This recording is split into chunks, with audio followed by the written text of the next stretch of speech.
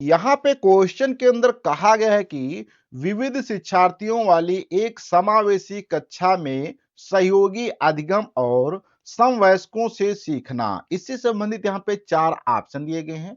पहले ऑप्शन के अंदर कहा गया है कि कार्यान्वित नहीं किया जाना चाहिए और विद्यार्थियों की क्षमताओं के अनुसार अलग-अलग किया जाना चाहिए। या ऑप्शन यहाँ पे सेकंड के अंदर कहा गया है कि ये केवल कभी-कभी ही प्रयोग किया जाना चाहिए, क्योंकि यह यहाँ से तुलना को बढ़ावा मिलता है। या दूसरे में ऑप्शन में बात करते हैं सी वाले में, तो सक्रिय रूप से निरुत्साहित किया जाना चाहिए और प्रतिस्पर्धा को बढ़ावा देना चाहिए। या लास्ट के ऑप्शन में कहा गया है कि सक्रिय रूप से प्रोत्साहित किया जाना चाहिए, जिससे समवयस्कों की स्वीकृति बढ़ सके।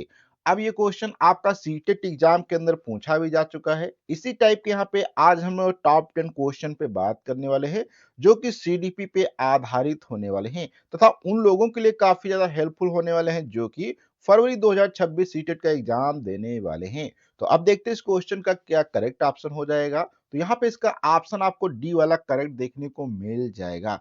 आप थोड़ा सा यहाँ पे डिटेल से सॉल्यूशन पे बात करते हैं।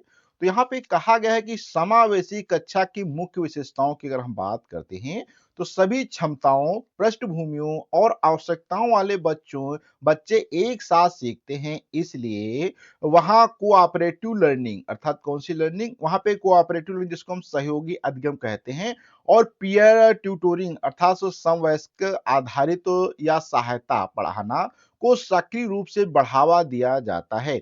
इससे बच्चे एक दूसरे की मदद करते हैं। इसमें क्या होता है, बच्चे दूसरे की मदद करते हैं और सामाजिक कौशल क्या होता है उनके अंदर विकसित होता है।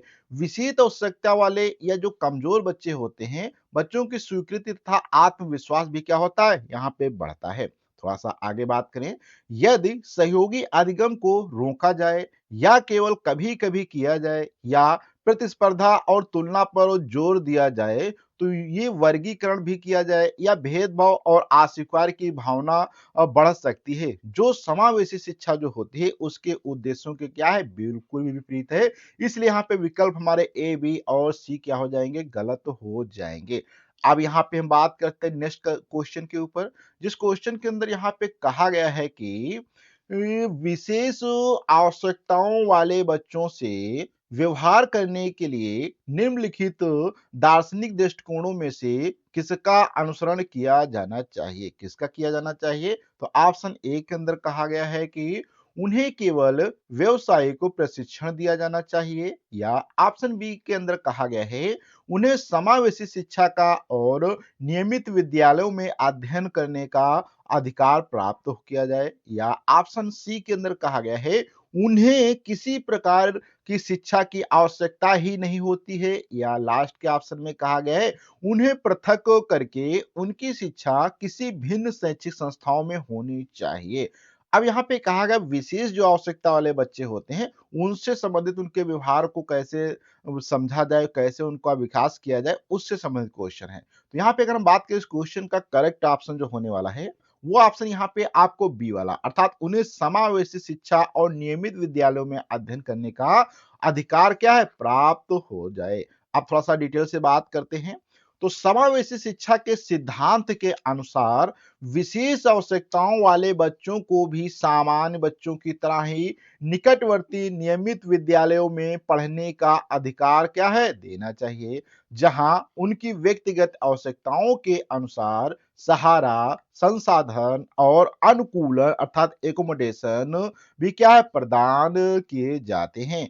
यह दार्शनिक दृष्टिकोण से समानताओं और सामाजिक न्यायालयों पर आधारित है। थोड़ा सा आगे बात करें, तो केवल अगर यहाँ पे व्यवसायिक का प्रशिक्षण देना चाहते हैं या उन्हें पढ़ाई से वंचित मान लेना चाहते हैं या अलग संस्थानों में पृथक कर देना या विभाजनकारी करना चाहते हैं और बहिष्करण अर्थात तो सिग्रेशन जिसे हम कहते हैं कि सोच को बढ़ावा देता है, जो समावेशी शिक्षा तथा आरटीआई जो हमारा है 2009 आदि कानूनों की भावना के क्या है, विरुद्ध है। इसलिए विकल्प यहाँ पे हमारे ए सी और डी गलत हो जाएंगे, केवल ऑप्शन यहाँ पे हमारा बी वाला करेक्ट रहेगा। अब थोड़ा सा नेक्स्ट क्वेश्चन पे बात करते हैं, जिसके अंदर कहा गया है कि अधिक अधिगमकर्ता केंद्रित विधि का आशय है। अर्थात जो अधिगमकर्ता होता है, लर्निंग सेंटर्ड जो मेथड होती है, उसका आशय क्या है? तो ऑप्शन ए में कहा गया है कि परंपरागत व्याख्यानात्मक विधियां, या ऑप्शन बी के अंदर कहा गया है उन विधियों को अपनाना जिनमें शिक्षा मुख्य कर्ता या पात्र होता है, या ऑप्शन यहाँ पे सी में कहा गया है वे विधियां जहां अधिगमकर्ता की अपनी पहल तथा प्रयास सम्मिलित होते हैं, या ऑप्शन यहाँ पे डी में कहा गया कि शिक्षक को अधिगमकर्ताओं के लिए स्वयं निष्कर्ष निकाल देते हैं। अब थोड़ा सा आगे बात करते हैं इसके, अगर क्वेश्चन के ऑप्शन पे सही वाले, तो इसका सही ऑप्शन यहाँ पे आपको देखने को मिल जाएगा कि जो सी है, अर्थात वे विधियां जहां अधिगमकर्ता की अपनी पहल तथा प्रयास सम्मिलित होते हैं, वो अधिगमकर्ता केंद्रित विधि को माना जाता है। आप थोड़ा सा डिटेल से भी बात कर सकते हैं इसके ऑप्शन पे। तो यहाँ पे अगर बात करें तो अधिगमकर्ता केंद्रित अर्थात जिसको हम क्या कहते हैं लर्निंग सेंटर्ड दृष्टिकोण में बच्चा सीखने की प्रक्रिया का केंद्र होता है। अर्थात यहाँ पे क्या होता है, बच्चा सीखने की प्रक्रिया का केंद्र होता है। उसे प्रश्न पूछने, खोजने, प्रयोग करने, समस्या समाधान करने जैसी गतिविधियों के माध्यम से अपनी स्वतंत्र और प्रयास द्वारा ज्ञान निर्मित करने के अवसर क्या है, यहाँ पे दिए जाते हैं। इसलिए परिभाषा जिसमें अधिगम में अधिगमकर्ता की अपनी पहल तथा प्रयास सम्मिलित हो, सीधे सीधे इस अवधारणा को क्या करते हैं, व्यक्त करते हैं। इसीलिए यहाँ पे बात करें तो परंपरागत व्याख्यानात्मक शिक्षक केंद्रित या शिक्षा द्वारा स्वयं निष्कर्ष बता देने वाली विधियां सीखने को निष्क्रिय बनाती हैं और छात्र सिर्फ सुनने याद करने की भूमिका में रहते हैं। इन्हें अधिगमकर्ता केंद्रित नहीं माना जाता है। इसलिए विकल्प यहाँ पे हमारे ए, बी और डी क्या हो जाते हैं, गलत हो जाते हैं। केवल यहाँ पे विकल्प हमारा क्या हो जाता है, सी वाला करेक्ट रहता है। अब नेक्स्ट क्वेश्चन पे बात करते हैं, जिसके अंदर कहा गया है कि यहाँ पे निम्नलिखित में से कौन सा एक सीखने के लिए प्रमुख है, अर्थात सीखने के लिए निम्नलिखित में से कौन सा प्रमुख है?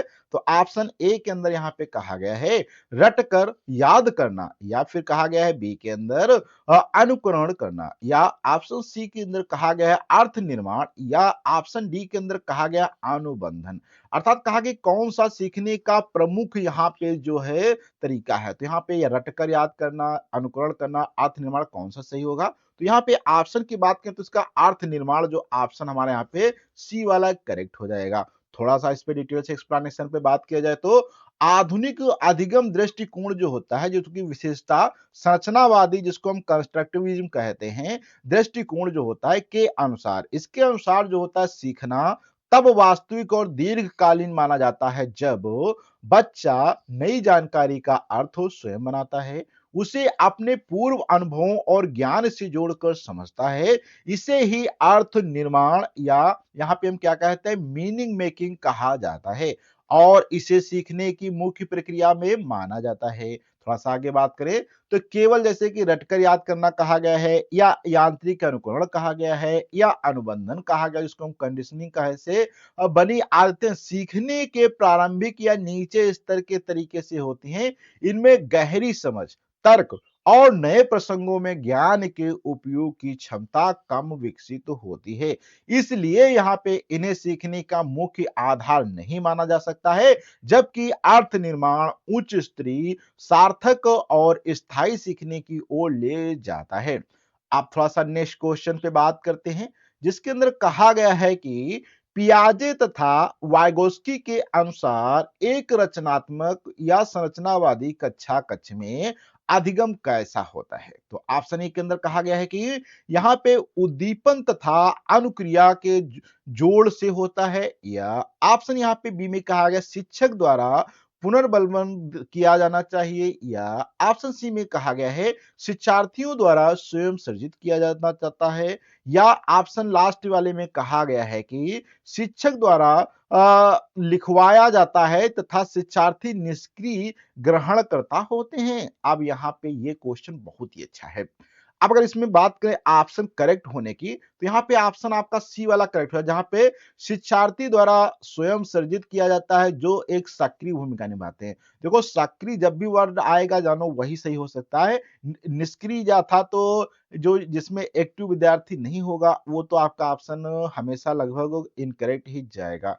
आप थोड़ा सा यहाँ पे डिटेल से एक्सप्लेनेशन पे बात किया जाए तो पियाजे और वाइगोस्की जो थे वो दोनों जो है रचनावादी अर्थात कंस्ट्रक्टिविज्म जिसे हम कहते हैं कि धारणा के अनुसार अर्थात इनके अनुसार जो होता है सीखना एक सक्रिय प्रक्रिया है जिसमें विद्यार्थी जो होते हैं वो अपने अनुभव पूर्व ज्ञान और सामाजिक अंतः क्रिया के आधार पे क्या करते हैं स्वयं अर्थ और ज्ञान का निर्माण करते हैं। इसलिए रचनात्मक को कक्षा कक्ष में अधिगम जो होता है वो शिक्षार्थियों द्वारा स्वयं सर्जित माना जाता है और वे सीखने के सक्रिय भागीदार भी क्या होते हैं भागीदार होते हैं। थोड़ा सा आगे बात करें, इसलिए विकल्प ए और डी जो कि व्यवहारवादी दृष्टिकोण के विषय को संकेत करते हैं, जबकि विकल्प डी शिक्षक को केंद्रित और रटत निष्क्रिय अधिगम को दर्शाता है। ये सभी रचनावादी कक्षा मूल भावना से भिन्न है, इसलिए केवल विकल्प यहाँ पे हमारा सी वाला करेक्ट रहेगा। अब बात करते हैं नेक्स्ट क्वेश्चन पे, जिसके अंदर कहा गया है कि निम्नलिखित में से कौन सा आधारभूत सहायता अर्थात स्कैप फोल्डिंग जिसमें सहायता दी जाती है स्कैप फोल्डिंग का एक अच्छा उदाहरण है, अर्थात जिसका आशा है कि समस्या समाधान को तब तक सिखाया जब तक शिक्षार्थी स्वयं ना करे। स्कैप फोल्डिंग का मतलब यही होता है। तो स्कैप फोल्डिंग का कौन सा सबसे अच्छा उदाहरण है ये यहाँ पे पूछा गया। तो ऑप्शन ए में कहा गया है कि ये उसे कहना कि जब तक यह समस्या का समाधान नहीं कर लेती है तब तक वो घर पर नहीं जा सकती, ये भी गलत हो सकता है। ऑप्शन सेकंड में कहा गया है समस्या का समाधान जल्दी देने के लिए पुरस्कार देना चाहिए, या लास्ट के ऑप्शन में कहा गया है उसे यह बताना कि वह बार बार प्रयास द्वारा कर सकती है, या यहाँ पे आप देखेंगे डी वाले में तो उसे आधा समाधान या हल किया जो उदाहरण उपलब्ध करवाना इस प्रकार से। तो यहाँ पे ये बहुत ही अच्छा क्वेश्चन जो कि स्कैप फोल्डिंग से संबंधित है कि कौन सा इसमें सबसे अच्छा उदाहरण बैठता है।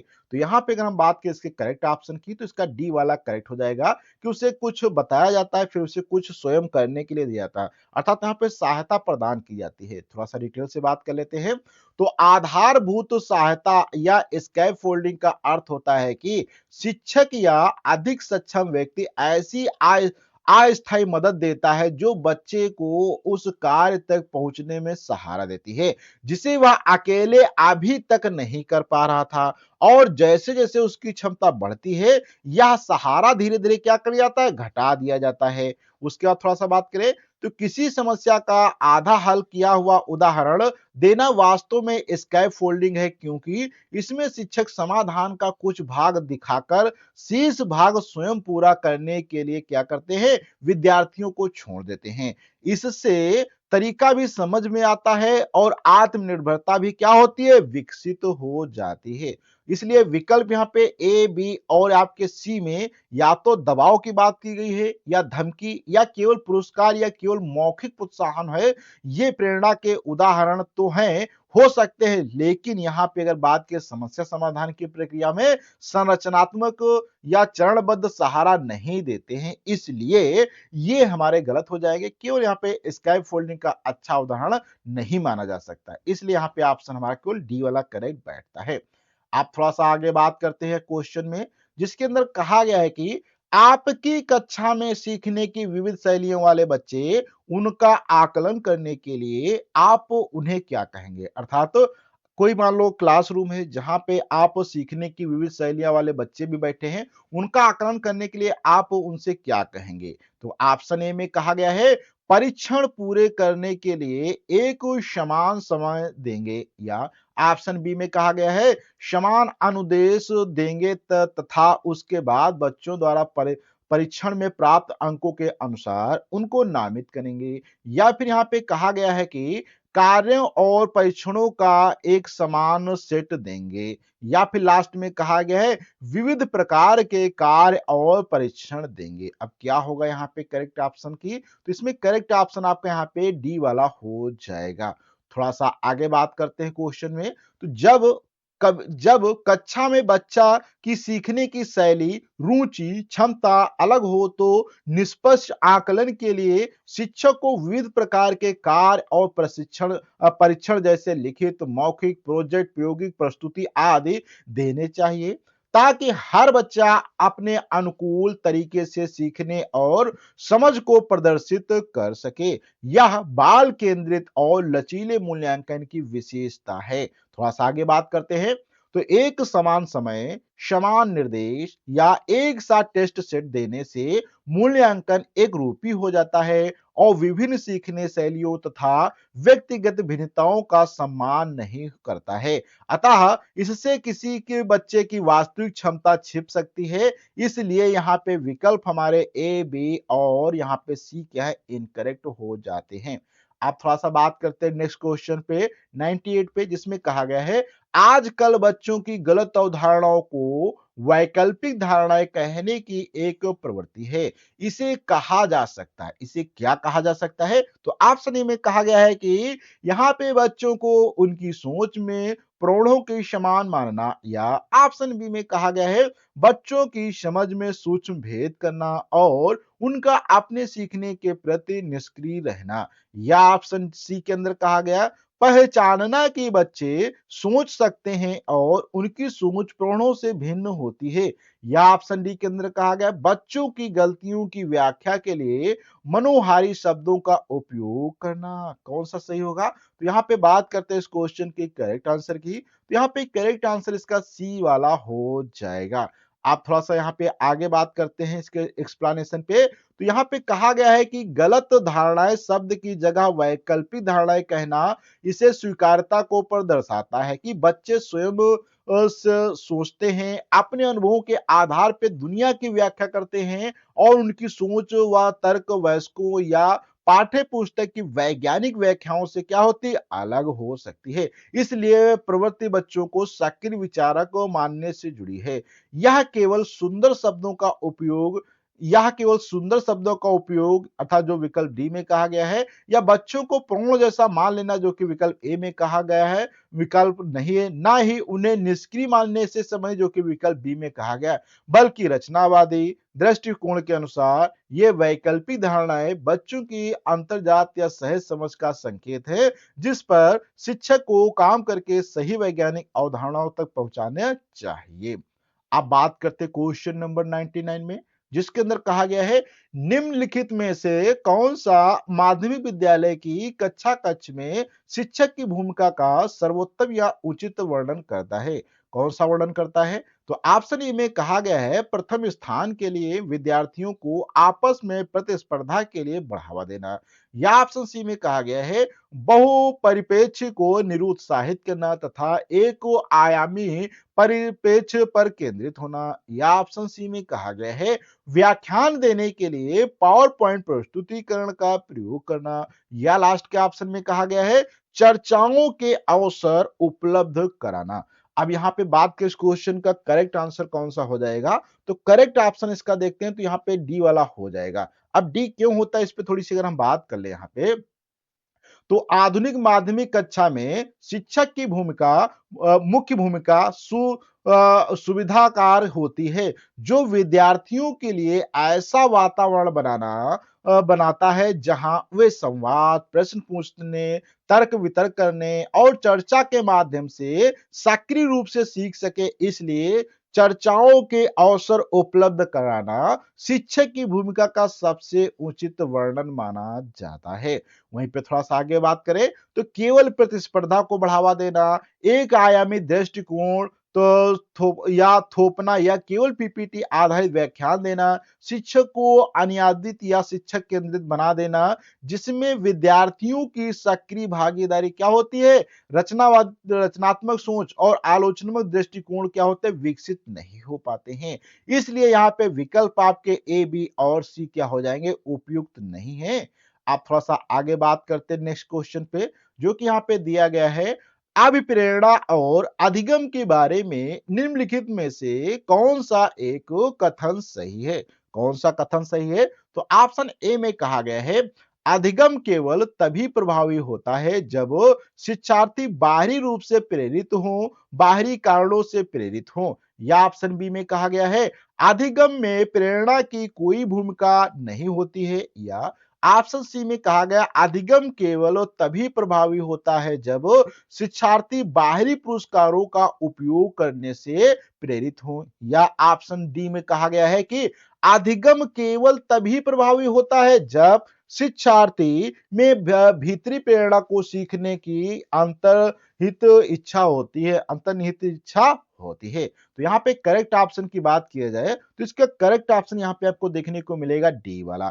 आप थोड़ा सा यहाँ पे हम बात करते हैं इसके डिटेल से एक्सप्लेनेशन पे, तो कहा गया है कि शिक्षा मनोविज्ञान के अनुसार आंतरिक या भीतरी प्रेरणा जो होती है उसको हम इंट्रिंसिक मोटिवेशन कहा जाता है। इंट्रिंसिक मोटिवेशन वह है जब विद्यार्थी स्वयं सीखने की प्रक्रिया को रोचक, अर्थपूर्ण और संतोषजनक मानकर सीखते हैं। ऐसे विद्यार्थियों का अधिगम अधिक गहरा, स्थायी और सृजनात्मक होता है। इसलिए कहा जाता है कि सीखना वास्तव में तभी प्रभावी होता है जब उनमें अंदर से सीखने की इच्छा हो। थोड़ा सा आगे बात करें तो केवल बाहरी पुरस्कार या दंड से प्रेरित करना, या जिसको हम एक्सट्रिंजिक मोटिवेशन भी कहा जाता है, बाहरी प्रेरणा को कुछ समय के लिए क्या करती है, काम तो कर सकती है, लेकिन इससे निर्भरता, सतही अधिगम और पुरस्कार समाप्त होने पर प्रेरणा क्या होती है, घट जाती है। इसलिए विकल्प यहाँ पे ए, सी और बी आपके क्या हो जाएंगे, गलत हो जाएंगे। यह या तो प्रेरणा की भूमिका को नकराते हैं, और ये सभी ऑप्शन क्या है, प्रेरणा की भूमिका को नकराते हैं या केवल बाहरी प्रेरणा पर जोर देते हैं। जबकि प्रभावी अधिगम के लिए भीतर से उत्पन्न अर्थात इंटरनल जो होता है यहाँ पे मोटिवेशन बहुत ही महत्वपूर्ण माना जाता है। तो इसलिए क्वेश्चन ये बहुत ही इंपॉर्टेंट थे और आज हमने ऐसे टॉप 10 क्वेश्चन पे बात किया है। अब यहाँ पे अगर हम बात करते हैं क्वेश्चन होमवर्क के लिए, जो कि यहाँ पे आप देख सकते हैं, इस क्वेश्चन में सीखने के बारे में कुछ कहा गया है, ऑप्शन भी यहाँ पे 4 दिए गए हैं और इन क्वेश्चन का आपको करेक्ट ऑप्शन जो होगा वो आपको कमेंट बॉक्स में बताना है। डिटेल से एक्सप्लेनेशन भी आपको लिखना है। उसके बाद आप देखेंगे ये क्वेश्चन का क्या सही सॉल्यूशन होगा, क्या सही एक्सप्लेनेशन होगा। इसके लिए यहाँ पे वीडियो का जब नेक्स्ट पार्ट आएगा उस पर हम इसका डिटेल से सॉल्यूशन पे बात करेंगे। तो यदि अभी तक आपने हमारे इस चैनल को सब्सक्राइब नहीं किया तो प्लीज सब्सक्राइब कर लें। यदि इसी वीडियो को आप फेसबुक, इंस्टाग्राम पर देखते हैं तो प्लीज आप हमें फॉलो कर लें, क्योंकि यहाँ पे आपको ऐसे वीडियो मिलते रहेंगे।